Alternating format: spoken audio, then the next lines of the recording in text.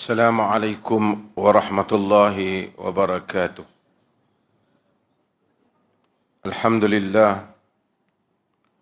نحمده ونستعينه ونستغفره ونعوذ بالله من شرور أنفسنا ومن سيئات أعمالنا من يهده الله فلا مضل له ومن يضلل فلا هادي له. أشهد أن لا إله إلا الله وحده لا شريك له وأشهد أن محمدا عبده ورسوله أما بعد. Hadirin dan hadirat yang dirahmati Allah, berikutnya ialah hadis Jabir bin Samurah radhiyallahu anhuma أن النبي صلى الله عليه وسلم كان في الخطبة يقرأ آيات من القرآن ويذكر الناس. رواه أبو داود وأصله في مسلم. Hadis daripada Jabir bin Samurah radhiyallahu anhu. Anna Nabiy sallallahu alaihi wasallam, adalah Nabi sallallahu alaihi wasallam, kana fil khutbati, adalah baginda di dalam khutbah, yaqra'u ayatin minal Quran, membaca ayat-ayat daripada Al-Quran, wa yudzakkirun nas, dan mengingatkan manusia. Rawahu Abu Dawud, hadis ini diriwayatkan oleh Abu Dawud, wa asluhu fi Muslim, dan asal hadis ini ada di dalam Muslim, di mana di dalam Sahih Muslim, kana lin Nabiy sallallahu alaihi wasallam khutbatan yajlisa bainahuma yaqra'ul Quran wa yudzakkirun nas. Hari itu kita baca kata Nabi sallallahu alaihi wasallam, baginda dalam Muslim kata Nabi berkhutbah dengan dua khutbah, duduk antara dua khutbah, membaca ayat-ayat Al-Quran dan mengingatkan manusia. Asluhu fi Muslim, dia nak sebut bahawasanya hadis ni asalnya ada di Sahih Muslim. Kalaulah, kenapa? Banyak faedah. Salah satu faedahnya ialah kalau sesuatu hadis itu dia mungkin dhaif disebabkan sanad dia, pada rawi itu mungkin ada sedikit masalah, dia dhaif. Tetapi oleh kerana asalnya ada pada riwayat lain, sama ada Bukhari, Muslim atau lain, yang sahih, maka status hadis itu boleh diangkat. Ataupun kita pakai yang sahih tu, maka dengan ini yang lemah itu sendiri akan diangkat.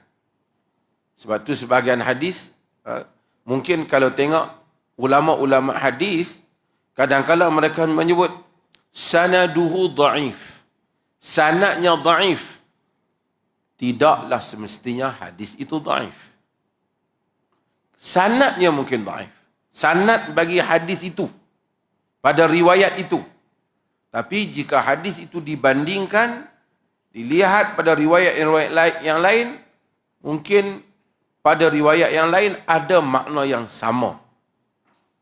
Dengan itu hadis yang kemungkinan sanadnya dhaif, pada technical rawi dia menjadi hasan atau melebihi itu disebabkan kerana bukti-bukti yang lain. Dia panggil ada syawahid, ada weakness daripada hadis yang lain. Okay. Hadis ini diriwayatkan oleh Jabir bin Samurah.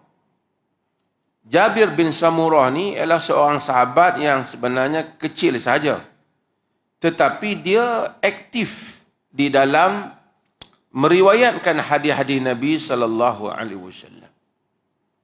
Sebahagiannya dia ambil daripada orang lain lah, sahabat boleh ambil daripada sahabat yang lain, boleh riwayat, tidak ada masalah.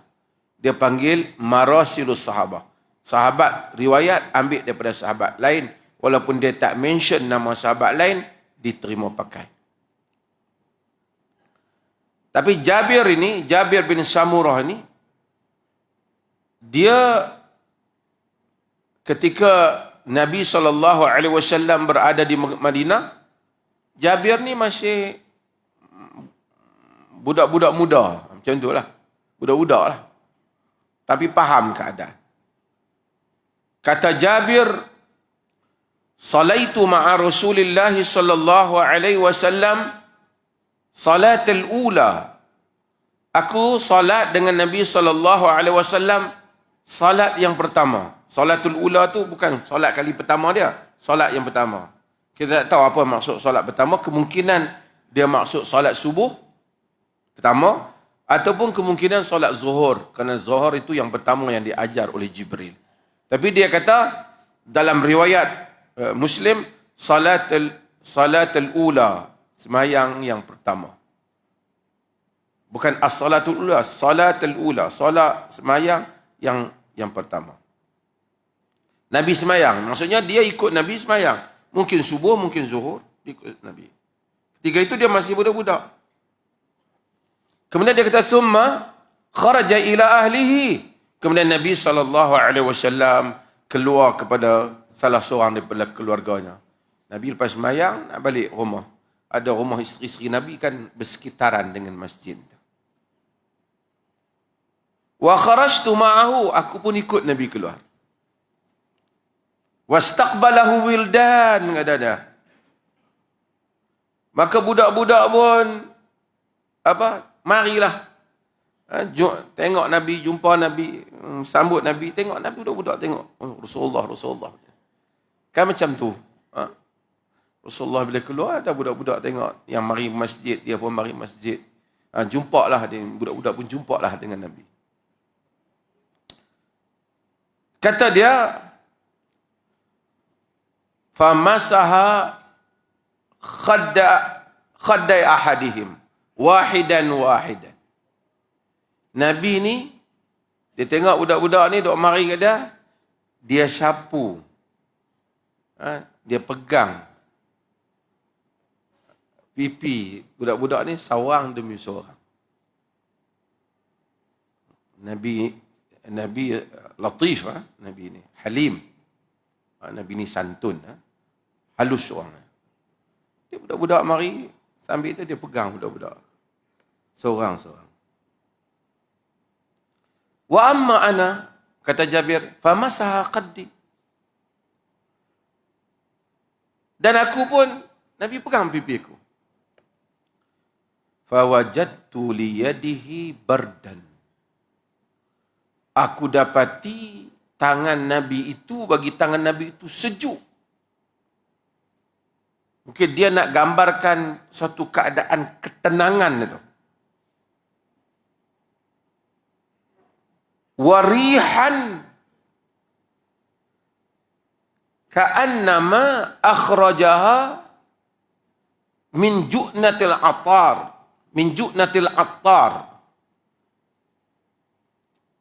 Aku dapati tangannya tu sejuk dan atau bau yang seakan-akan tangan dia, baginda baru keluarkan tangan itu daripada bekas attar, bekas minyak wangi. Tangan Nabi tu. Ni ada beberapa perkara lah sampai nak cerita pasal Jabir bin Samurah.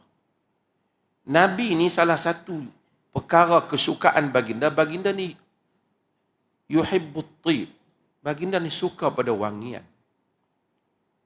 Kana la yaruddu tib idza uhdiya ilaih. Dalam riwayat Muslim, Nabi ni tak menolak minyak wangi jika dihadiahkan kepadanya. Nabi itu sendiri, tubuh baginda tu Allah jadikan memang wangi. Kata Anas, ma syammamtu an baran wala miskan wala syai'an atyabu min rihin Nabi sallallahu alaihi wasallam. Aku tak pernah cium apa-apa yang lebih wangi daripada bau Nabi sallallahu alaihi wasallam. ada dua. Tubuh baginda tu sendiri wangi, seperti mana Ummu Salamah yang mengambil peluh Nabi dikumpulkan, kena wangi.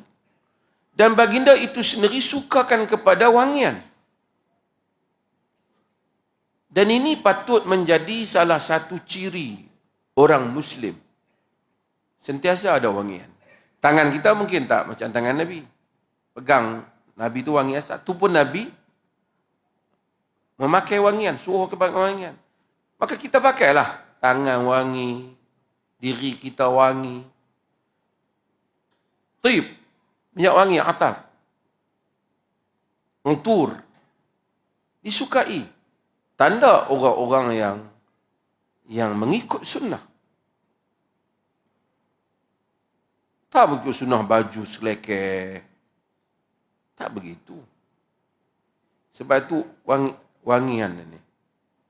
Cuma biarlah wangian yang betul. Nabi, wangian yang dipilih oleh baginda ialah wangian yang terbaik. Dia suka wangian yang terbaik. Misk.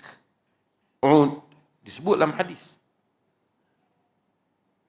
Kita jangan pilih minyak wangi bau murah tu. Satu masjid pening minyak wangi kita. Beli minyak wangi yang bagus lah. Sunnah. Orang yang datang ke masjid, lalu dia pakailah minyak wangi yang bukan ke masjid saja, mana-mana lah. Sukakan minyak wangi ni tanda satu. Setengah orang dia ingat orang lelaki ni, hang ni wangi-wangi sangat, hang perempuan ke? Tak betul. Sunnah orang lelaki. Tu saya pernah sebut, tuan-tuan. Orang lelaki ni nak tengok, ada orang lelaki yang kalau suka wangi tu, dia standard lelaki lah. Bukan standard perempuan. Setengah budak lelaki ni, orang lelaki ni pakai baju apa? Tak busuk lagi boleh. Dia bukan kira wangi, dia kira tak busuk lagi. Punya tu standard dah. Standard tu teruk lah. Sebab tu dia kena pakai yang wangi. Okey. Dalam hadis ni kita dah bahas bahagian itu, baca Al-Quran di dalam khutbah. Yang kedua ialah wa yudzakkirun nas. Dia mengingatkan manusia. Saya selalu ulang dan sebut banyak kali untuk kita faham. Allah Azza wa Jalla tidak ada apa-apa manfaat daripada agama ni. Tak ada kok kita khutbah, kita semayang, Tuhan dapat keuntungan. Tak ada. Maha suci Tuhan. Ghaniyun hamid. Maha kaya lagi maha terpuji.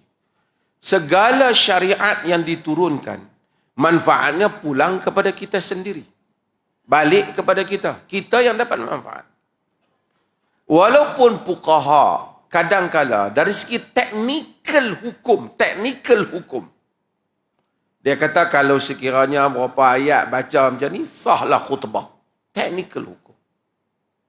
Tetapi, bagi khutbah itu tujuan, maksud, maqasid, tujuan. Kenapa Allah syariatkan khutbah? Nabi syariat, Nabi berkhutbah. Kerana untuk mengingati orang Muslim. Seminggu sekali mereka berhimpun di masjid. Mai semayang zuhur ada semayang zuhur berjamaah. Tapi mengapa diwajibkan Jumaat berjamaah didahului dengan khutbah? Supaya orang Muslim seteruk mana dia, sesibuk mana pun dia akan mendengar nasihat sekurang-kurangnya seminggu sekali. Dia akan mendengar nasihat tentang agamanya. Maka khutbah sangat berperanan. Maka dengan itu, khatib yang berkhutbah hendaklah memainkan peranan mengingatkan orang. Kalau khatib pun khatib di dalam negeri ni umpamanya, kebanyakan ni kita suruh bacalah khutbah. Sebab kalau kita tahu, kalau dia khutbah sendiri, macam-macam nanti jadi. Bukan semua orang yang berkeupayaan berkhutbah dan menghafazkan khutbah, membaca kalimat-kalimat dengan jelas dan baik. Jadi kita tolong tulis. Bila kita tolong tulis supaya dia baca yang ditulis tu, umpamanya. Ataupun dia berkhutbah lah sendiri. Bagi yang tempat-tempat yang diizinkan, yang mendapat keizinan. Kena khutbah lah. Sekali dia baca titik pun tak kena. Bukan titik ayat Quran saja. Bahasa Melayu hak dia baca pun tak kena. Orang pun tak faham. Ataupun benda semangat, dia baca macam tak semangat. Benda tak semangat, dia macam nak berperang. So tak kena. Ini peranan khatib. Peranan khatib. Kena baca dulu. Saya pernah cerita dah tuan-tuan, saya khatib, saya kecil-kecil tu. Khatib.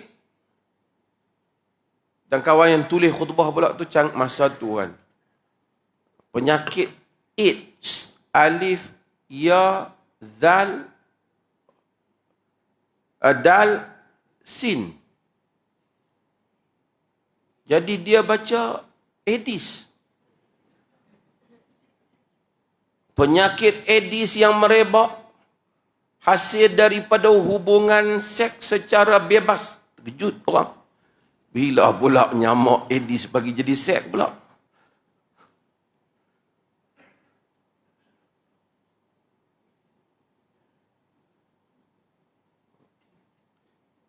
Bacalah dulu.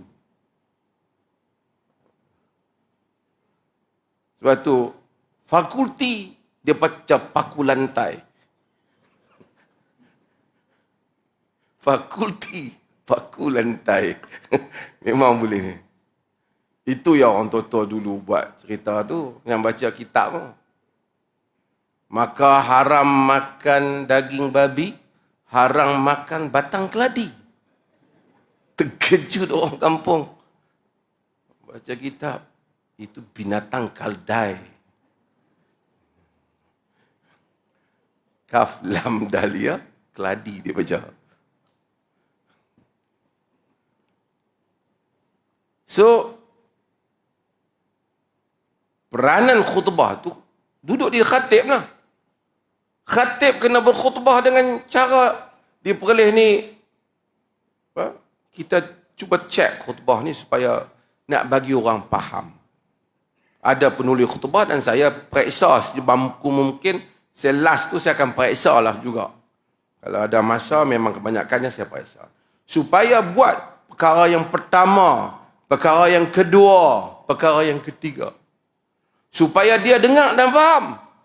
Kerana waktu tidur yang terbaik yang pernah manusia kaji, masa khutbah. Pakat duk lena. Orang perempuan tak main khutbah, tak tahu lena. Sebab tu bila balik,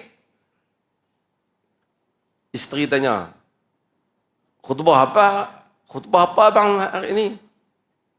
Tak tahu. Katanya dia lena lah tu.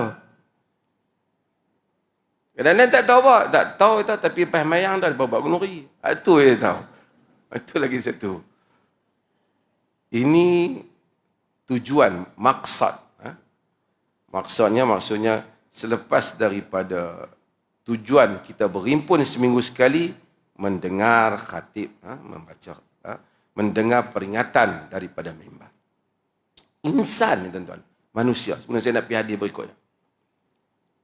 Kadang-kadang dalam hidup kita ni, macam-macam orang kata, tak menjadi. Tidak tersentuh jantung hati kita. Tapi kadang-kadang kerana satu perkataan daripada satu orang, khatib ke kawan kita ke apa, tersentuh perasaan kita. Lalu berubah kita. Dan saat itu turning point. Saat yang menyebabkan kita berubah tu banyak. Sebab tu manusia ini disuruh untuk mendengar peringatan. Fadzakir fa inna dzikra tanfa'ul mu'minin. Bagi peringatan, kerana peringatan itu Quran memberi manfaat pada orang mukmin. Juga nasihat-nasihat yang lain memberi manfaat pada orang mukmin. Saya pernah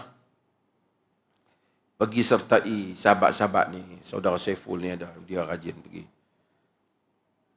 Dia pergi program dakwah di Thailand. Bila pergi dakwah di Thailand, sekaya tak boleh cakap Thailand. Tapi dia suruh kita cakap. Ustaz-ustaz kita di sana, dia tercakap, dia pun terjemah. Dia pun mungkin terjemah tu lebih daripada kita lagi. Kan? Jadi, dia terjemah. Kita cakap, dia terjemah. Kita pun kadang-kadang tak tahu nak cakap apa. Kita cakap apa yang terlintas. Dia tu terjemah. Mungkin dia pun terjemah tu ambil idea kita juga. Dia lebarkan sedikit. Ada orang bukan Islam duduk dengar-dengar tu. Rasa nak masuk Islam. Padahal kita tengok aku cakap biasa je tadi. Kok Allah mencampurkan asbab kepada hidayah. Sebab tu kita jangan pandang lekeh benda baik. Nanti jumpa orang kita bagi nasihat. Aku ni siapa nak bagi nasihat? Kita bagi, ustaz bagi tak jadi, orang ni tak. Kita bagi nasihat ke dia. Masuk dalam jiwa dia. Saya pernah cerita pada tuan-tuan. Satu orang. Jual rokok. Jual rokok. Macam-macam orang nasihat dia tak jadi. Lepas tu dia jumpa satu orang. Tanya kerja apa? Sembang. Dia kata dia jual rokok. Oh, dia kata. Sembang dia kata. Dia kata Nabi-Nabi ni mengembala kambing. Banyakkan Nabi gembala kambing. Oh, dia kata. Kambing ni makan pokok-pokok, daun-daun. Tapi satu pokok dia tak makan. Tahu pokok apa? Pokok temakau. Dia kata kerana orang tua tu kata satu dia balik. Dia berhenti. Jokok. Banyak orang bagi dalil ke dia tak menjadi. Orang tua tu punya pukulan menjadi untuk dia. Sebab tu fadzakir. Kita bagi ingat. Kadang-kadang mulut kita. La an yahdiyallahu bika rajulan wahidan. Khairul laka mim humurin na'am. Sebahagian riwayat mimma tala'a alaihi syams wa ma gharabat. Kalau Allah bagi hidayah disebabkan kamu pada satu orang, maka dia lebih baik daripada unta merah ataupun daripada tempat yang tenggelam dan terbitnya mentari. Begini.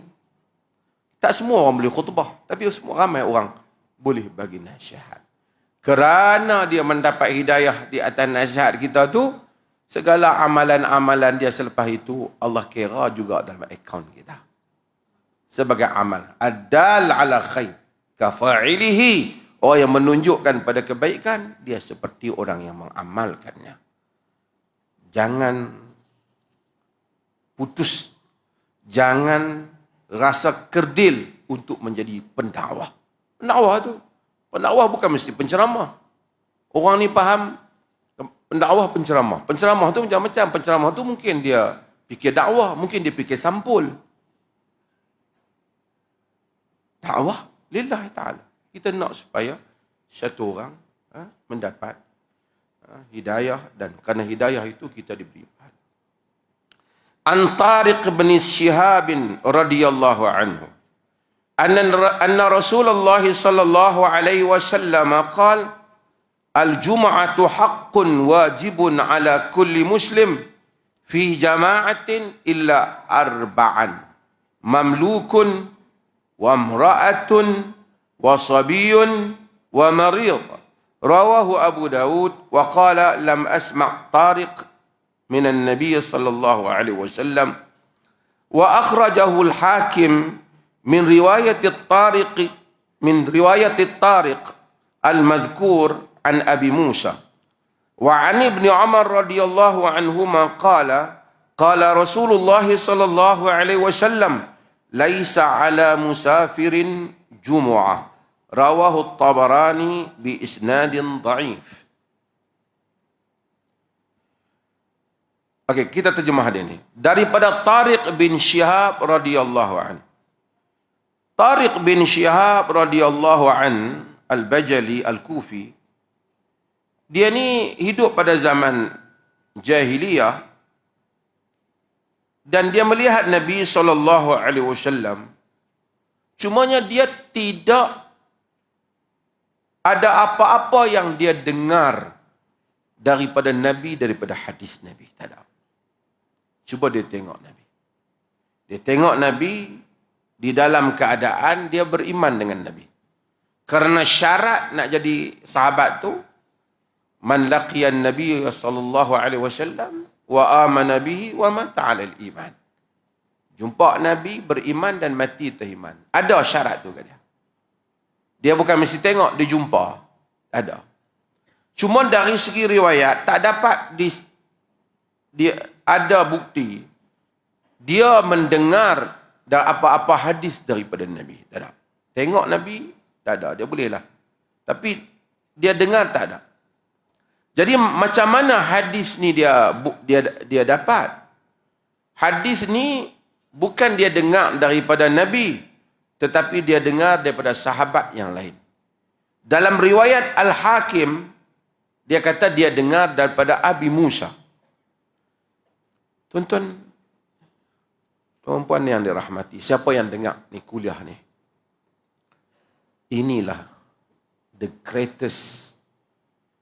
greatness of Islam. Keagungan, kebesaran Islam. Tak ada ni dalam agama lain ni. Cerita 1400 tahun yang dulu. Tahu kawan ni jumpa tapi tak dengar. Siapa ada? Siapa ada agama mana yang ada dokumen yang seperti ini? Kita tahu 1400 tahun yang lalu Tariq bin Syihab telah berjumpa Nabi. Dan kita juga tahu dia tidak pernah mendengar apa-apa hadis daripada Nabi. Macam mana ni? Ni himpunan riwayat, komentar-komentar riwayat, dokumen yang cukup di dalam perpustakaan Islam yang datang daripada sumber-sumber jalan-jalan riwayat yang dipercayai, dan boleh pula menyaring yang mana lemah dan yang mana kuat, yang mana bohong, yang mana benar. Tak ada. Sebab tu bersyukurlah kerana Allah menjadikan kita ini Muslim dan mengaji agama ini, belajar agama ini. Ini bukan satu agama khayal, selak terai ambil agama, bukan. Ini bukan satu agama yang datang dalam mimpi Tok Wan kita kemudian jadi agama. Tak. Ini agama yang ada sumbernya, ada salurannya. Okey, balik pada Tariq. Habis dia tak dengar daripada Nabi, dia dengar daripada sahabat lain. Kaedah di kalangan ulama hadis Ahlussunnati wal Jamaah menyatakan bahawasanya mursal ni dia ambil daripada orang lain, dia ambil mursal. Dia tak dengar tapi dia ambil daripada orang yang dengar. Mursal sahabi. Mursal sahabi ni diterima. Marasil sahabah ni diterima. Ada banyak lagi perbincangan tentang mursal ni, juga tentang kalau sekiranya tabi'i tak menyebut nama sahabat, terus sebut nama Nabi, apa hukum riwayat dia. Hari tu kita dah bahas lah. Mai dia tabi'i, terus sebut qala Rasulullah. Walaupun dia tabi'i besar, ulama hadis bincang. Hang tak jumpa Nabi, macam mana hang sebut?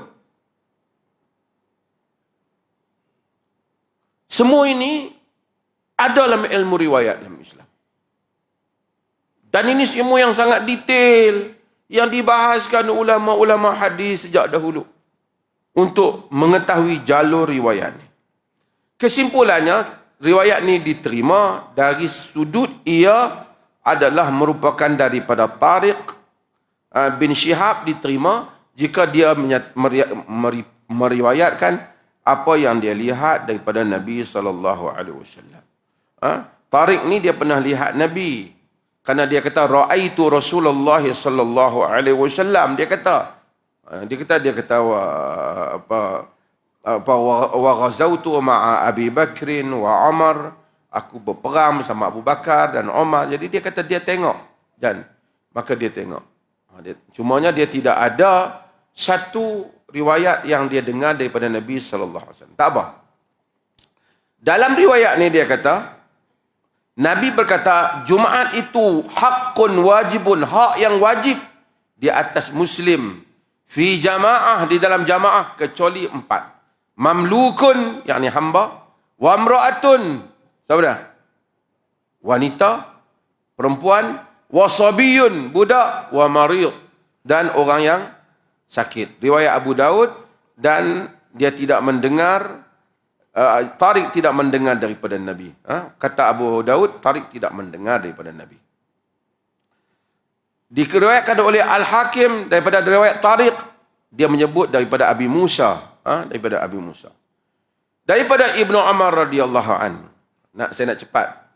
Katanya qala Rasulullah menyatakan laisa ala musafir Jumaah. Tidak menjadi kewajipan ke atas orang musafir solat Jumaat. Musafir tak wajib solat Jumaat. Rawahu Tabarani bi isnadin dhaif. Tabarani meriwayatkannya dengan sanad yang dhaif. Di dalam hadis ini ada beberapa hal. Yaitu yang pertama, dia menyebut bahawasanya Jumaat ini wajib kecuali kepada beberapa golongan. Akan dalam 4 golongan. Pertama, pada hamba. Hamba ni sekarang tak ada lah. Hamba ni dia ada tuan dia. Apa beza hamba dengan orang kerja di kilang, orang kerja di pejabat? Hamba ni dia tak boleh lari keluar pada tuan dia. Dia kerja tak ada gaji, dia merupakan milik tuan dia. Saya dah sebut, hamba ni bukan Islam yang wujudkan. Tapi telah ada di dalam sistem manusia ni. Sistem manusia. Hamba. Di mana manusia ada kelompok yang jadi hamba. Di Arab ada, di Rom ada, di Parsi ada. Dan manusia hamba ni bukan macam minum arak siapa minum, siapa tak minum, tak minum. Hamba ni satu sistem yang orang kalau nak ada ladang, orang nak ada pekerjaan, orang nak ada urusan, orang kena ada hamba. Dan orang African jadi hamba. Cerita hamba ni bukan cerita terlalu lama. Tengok Abraham Lincoln. Di States, di US, di Amerika. Apabila dia cuba nak menghapuskan hamba, apa terjadi? Dia pun mati. Tapi banyak isu lah, kan? Perhimpunan I Have a Dream, Dr. Martin Luther King, pidato dia tu, semua itu adalah hasil daripada cerita yang panjang perhambaan di Amerika. Tapi itu setelah hamba dah tak ada pun, orang black masih lagi tak dapat dibebaskan dalam erti kata kehormatan sebagai manusia. Di Britain, William Wilberforce, ahli parlimen Britain, yang berjuang daripada muda sampai tua nak menghapuskan hamba. Macam-macam cabaran. Dituduh derhaka kepada raja. Kenapa? Karena dia kata kalau hamba tak ada, siapa kerja di ladang? Ekonomi kau runtuh. Itu zaman moden dah. Bukanlah moden, zaman tak berapa ratus tahun daripada kita. Islam bila datang, William Wilberforce tak macam-macam cabaran. Tuan-tuan siapa yang rajin tengok filem, dia tengok filem The Amazing Grace. Cerita perjuangan William Wilberforce. Tak kira pada kami tengok mufti suruh orang tengok movie. Tengoklah movie yang bermanfaat. Okey. Saya nak cerita apa? Susahnya nak menghapuskan hamba. Bila Islam datang, orang nak ada hamba. Arak, yang mana arak tu merupakan minum satu orang pun, Islam stages nak menghapuskan dia. Jangan minum arak semasa nak semayang. Lepas tu banyak-banyak peringkat. Bagi tahu arak tak baik. Lepas tu baru wala taqrabus salata wa antum sukara. Jangan minum arak jika jangan kamu hampiri salat jika kamu dalam kamu keadaan mabuk. Banyak. Perhambaan semua orang ada. Bukan macam cara. Mesti lebih berperingkat. So Islam buat apa? Islam tak benarkan tangkap orang buat hamba.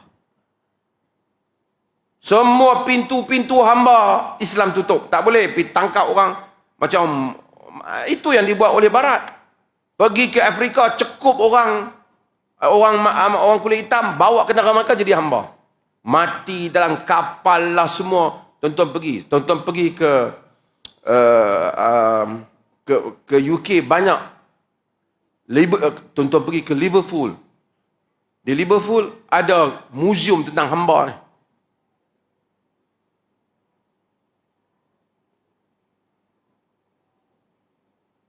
Macam-macam dia tangkap orang buat. Islam daripada awal tak boleh tangkap orang buat hamba. Boleh dia datang. Hamba yang ada tu, siapa yang ada hamba, tak boleh seksa dia, kena bagi makan, kena bagi pakai, tak boleh bagi beban kerja yang menyeksa dia. Tapi Islam tak terus kata hamba kena bebas semua, tak. Kerana kalau tidak itu runtuh juga ekonomi, runtuh kehidupan. Pasal dia berkhidmat, ladang kurma, ladang apa semua ada. Apa Islam jadikan? Siapa setubuh isteri bulan puasa, bebas hamba. Nazar buang puan, bebas hamba. Siapa nak bebas hamba dapat apa? Semua pintu-pintu nak keluar daripada hamba ni Islam buka. Kecuali satu pintu yang Islam tak tutup. Pintu iaitu jika orang itu datang memerangi Islam dan dia ditahanlah sebagai tawanan perang, maka dia boleh menjadi hamba. Karena kalau tidak, Islam dahlah tak boleh menyeksa tawanan perang. Wa yut'imuna at-ta'ama 'ala hubbihi miskinan wa yatiman wa asira. Bagi makan tawanan perang, orang main perang kita bagi makan, Quran kita dapat pahala. Begitu indahnya agama ni. Jadi orang kata kita perang dengan Islam, dia tangkap kita dapat makan, kita balik, kita perang pula. No.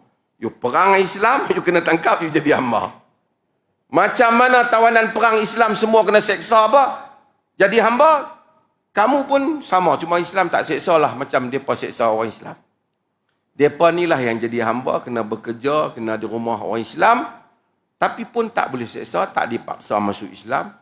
Kalau mereka masuk Islam, diberikan galakan untuk kita bebaskan mereka. Kalau tak bebas pun tak apa, boleh jual. Kalau perempuan, Islam nak elakkan. Supaya nanti jadi masalah lain. Dia duduk dengan tuan dia yang lelaki. Tuan lelaki dia boleh gauli dia. Macam mana menggauli isteri. Dan anak itu dia anggap sebagai anak tuan dia. Dan dia bukan sebab itu. Illa ala azwajihim aw ma malakat aymanuhum. Menjaga kemalan melainkan untuk isteri dan apa yang mereka miliki daripada hamba. Tapi oleh kerana pintu buka terlalu banyak, pintu masuk sikit, dalam dunia Islam tak ada hamba. Melainkan ujung-ujung adalah di bahagian negara Afrika. Kalau peperangan berlaku, boleh ada balik. Itu pun mengikut keadaan. Jika ada perjanjian, tak boleh. Tapi kalau orang perang, kita penjara tak ada, yang mana kita tawan, kita ada pula duk masuk, dia pula boleh kuasai kita, itu jadi tikaman kepada Islam. Penjara, nak bubuh penjara ramai-ramai, mana nak boleh. Kalau semua tawanan perang dibebaskan, apa jadi nasib pada orang Islam? Jadi, kamu datang tampil berperang, kamu jadi tawanan. Kamu boleh jadi hamba. Yang lain Islam buka. Islam buka. Okay. Kalau hamba ni Muslim, menurut riwayat ini, dia tak wajib pergi Jumaat. Ini pendapat jumhur. Apa alasan jumhur? Alasan jumhur kerana hamba sibuk dengan urusan tuan dia.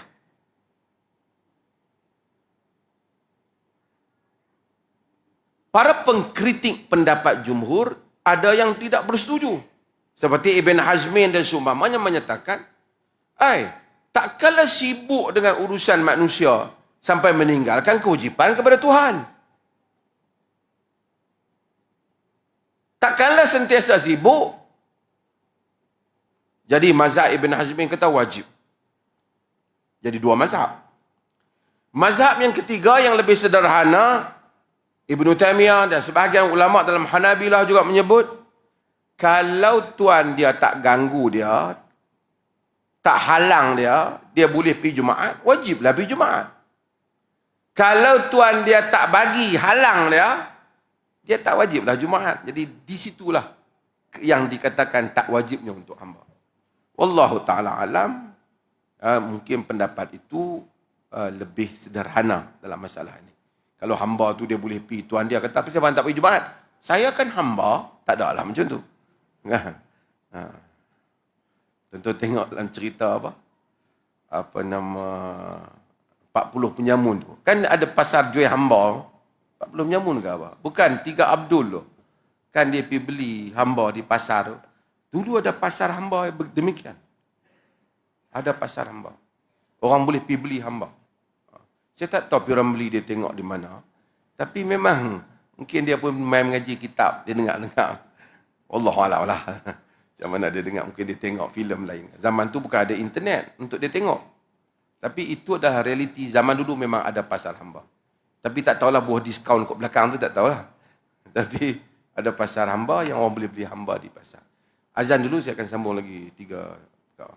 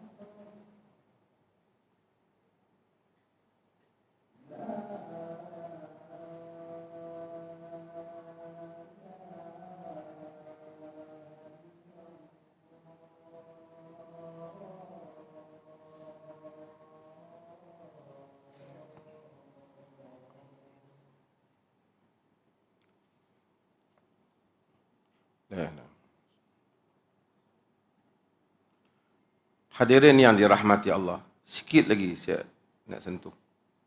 Tuan-tuan kalau tengok sejarah khususnya di Amerika, penyiksaan kepada kulit hitam ni begitu dahsyat. Mereka menjadi hamba di ladang-ladang, dibunuh, digantung kaki. Dahsyat. Dulu orang tua-tua dulu, mereka mungkin pernah tengok filem Kunta Kinte. Tengok semua yang tua-tua angguk. Yang tak angguk tu yang muda. Kejam. Bahkan mereka buat collection. Potong telinga, potong jari, kaki. Jadi collection. Dia rogol siapa yang dia nak rogol. Padahal mereka tu bukan ada salah apa. Dalam Islam, Nabi Islam tak hapuskan sistem tu sekaligus kerana dia ada efek ekonomi, efek kehidupan. Tapi Nabi suruh bagi makan elok. Bahkan Nabi kata, wala taqul ahadukum abdi wa amati. Tak usahlah kamu kata, ni hamba aku, ni hamba perempuanku. Falyaqul, maka katakanlah, fataya wa fatati.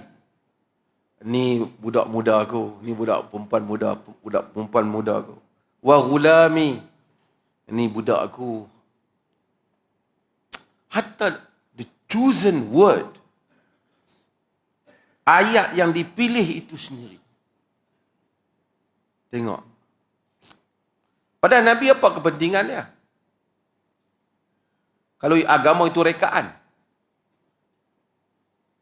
Tiba-tiba bila mari satu zaman penuh dia pertama Islam menghalalkan hamba.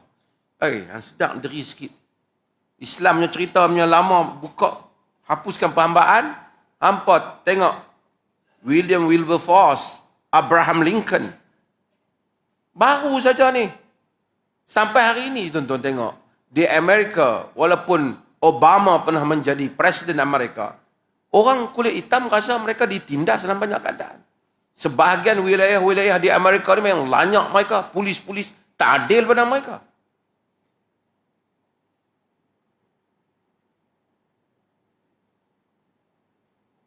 Sebab tu orang kalau belajar bagaimana orang akan tentang Islam, dia akan tahu ini agama Tuhan.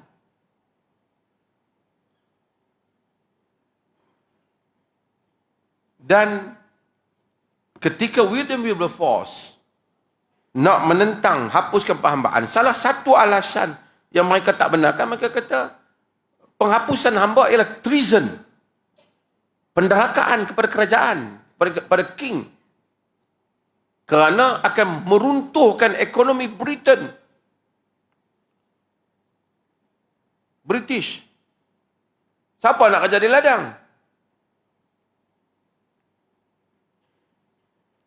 Tapi Islam buat sistem. Pintu masuk satu, pintu keluar banyak. Pintu masuk itu tak boleh.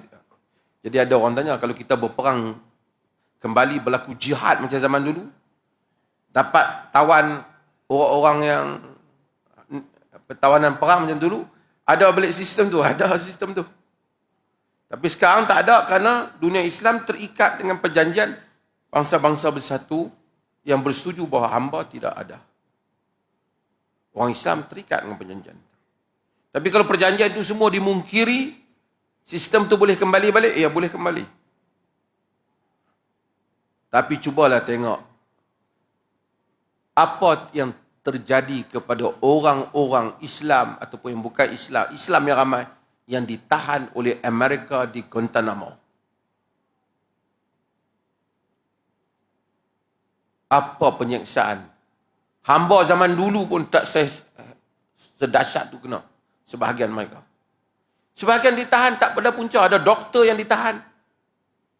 Daripada Afghanistan, daripada Pakistan.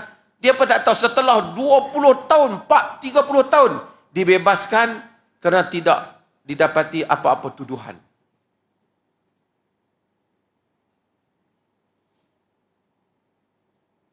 Dan ini kekejaman Tengok tahanan Palestin yang diikat tangan belakang di dalam penjara di penjara Israel. Kekejaman. Islam tak benarkan buat. Sebab itu Gaza apabila tahan Israel, walaupun macam tu dia tak buat. Dulu marah kat Taliban. Taliban pun tak seksa tahanan mereka. Kerana ada peraturan. Walaupun bukan semua yang Taliban buat ataupun buat betul. Tapi sekarang Islam clear. Wa yut'imuna at-ta'ama 'ala hubbihi miskinan wa yatiman wa asira. Bagi makan pada miskin, anak yatim dan tawanan perang.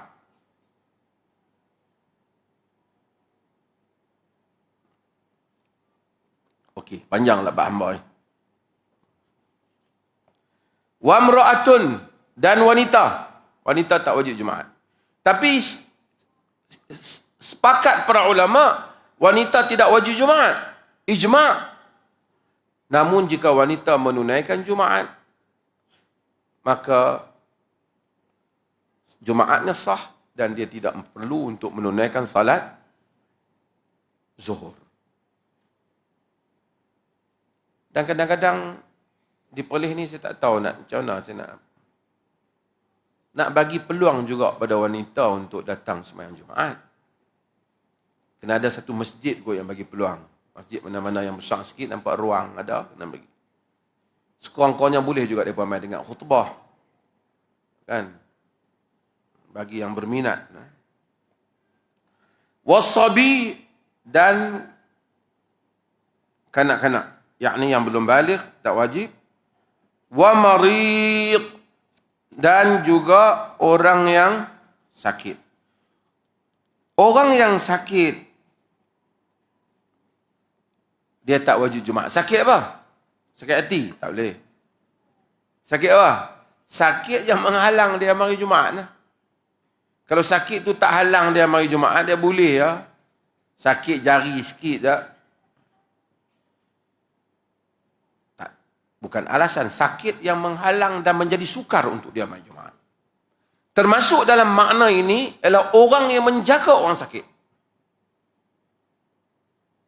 Kalau doktor ataupun nurse yang mana orang ni sakit, kalau dia tak boleh nak pergi, kalau dia tinggalkan orang sakit ni, menyebabkan mungkin orang sakit ni jadi lebih teruk dan menjadi apa-apa, dia dikecualikan daripada, ataupun dia dimaafkan untuk tidak hadir Jumaat jika tak ada orang yang nak ganti dia. Misalnya satu orang, dia jaga mak dia, ayah dia sakit. Kalau tinggal esok lagi, dia jatuh bilik ayak pula ke apa, dia tak boleh pergi Jumaat. Boleh dari sembahyang Zuhur, dia boleh. Dia boleh. Dan yang berikutnya ialah orang yang musafir. Dalam hadis ni walaupun dhaif, tetapi riwayat-riwayat semuanya menunjukkan Nabi tidak pernah di dalam apa-apa musafir menunaikan solat Jumaat. Hatta semasa berada di Arafah pada hari Jumaat juga tidak menunaikan sembahyang Jumaat. Maka orang musafir tidak wajib Jumaat. Cuma para ulama berkhilaf pendapat. Kalau sebelum itu kenapa tak wajib? Kau tidak jadi masyaqqah. Orang tak boleh, orang nak terbang tak boleh hari Jumaat. Orang nak tak boleh kerana nak pergi sembahyang Jumaat, maka dimaafkan. Tapi bagaimana bagi orang yang dia sampai dah di tempat tu, dia musafir ataupun dia bukan mastautin, dia bukan orang yang duduk di tempat tu. Dia misalnya orang luar mari ke Kangar ni. Mari hari Khamis duduk di hotel kat Kangar ni. Dengar orang azan di Masjid Alwi. Memang dia musafir, dia wajib Jumaat ataupun tidak? Majoriti ulama kata tak wajib Jumaat. Di kalangan para ulama kata jika dia mendengar azan dan tidak ada halangan apa-apa untuk dia mari pergi Jumaat, dia tak ada apa menyebabkan kapal dia tertinggal, pergerakan dia wajib Jumaat, seperti pandangan Syekh Muhammad Saleh Ibn Utsaimin dan ulama-ulama yang sebelumnya dan sepahnya menyokong. Kalau sekiranya sebahagian mereka kata adalah digalakkan juga dia hadir Jumaat jika sekiranya tidak ada apa yang menghalang dia untuk menunaikan Jumaat. Jadi kalau tuan-tuan musafir, tak Jumaat pun qaul jumhur, tapi kalau sekiranya tuan-tuan tengok, dan ulama qaul mazhab Syafi'i sebagai menyebut, jika tak ada halangan, dia pergi je lah. Walaupun mungkin tidak sampai ke tahap wajib, tetapi dia digalakkan untuk hadir Jumaat juga, kan tidak ada halangan untuk dia menunaikan Jumaat. Wallahu ta'ala alam. Masa dah habis. Jadi ini adalah tentang masalah dan golongan yang diwajibkan Jumaat. Wallahu ta'ala. Siapa ada soalan? Tak ada, saya nak berhenti sebab sila.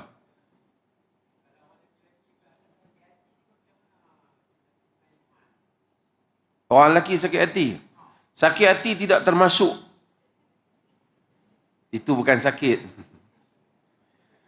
Dia sakit hati dengan orang, bukan sakit. Takkan dia sakit hati dengan Allah Ta'ala. Dia nak pergi Jumaat kerana nak menunaikan solat kepada Allah. Bukan nak pergi kenuri rumah kawan dia.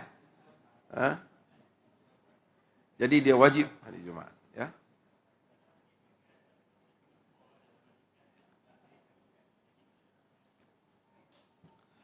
Jika sekiranya majikan tidak mengizinkan dia menunaikan Jumaat, dia tidak mendapati apa-apa kerja pada waktu itu yang boleh menggantikan pekerjaannya bagi mendapatkan pendapatan yang menampung kehidupan dia dan keluarganya, dia termasuk di kalangan orang yang terhalang sembahyang Jumaat, tetapi dia hendaklah berusaha juga untuk salat. Namun, jika sekiranya dia dapati ada pekerjaan lain yang boleh untuk dia menunaikan sembahyang Jumaat, tapi dia saja malas nak tukar kerja. Dia nak kerja juga tempat tu. Padahal tempat lain yang dia kerja juga, kalau dia pergi kerja pun dapat menampung kehidupan dia, maka dia berdosa. Kerana dia seakan-akan sengaja menyebabkan dia tidak dapat sembahyang Jumaat yang menjadi kefarduan. Wa sallallahu ala nabiyyina Muhammad walhamdulillahi rabbil alamin.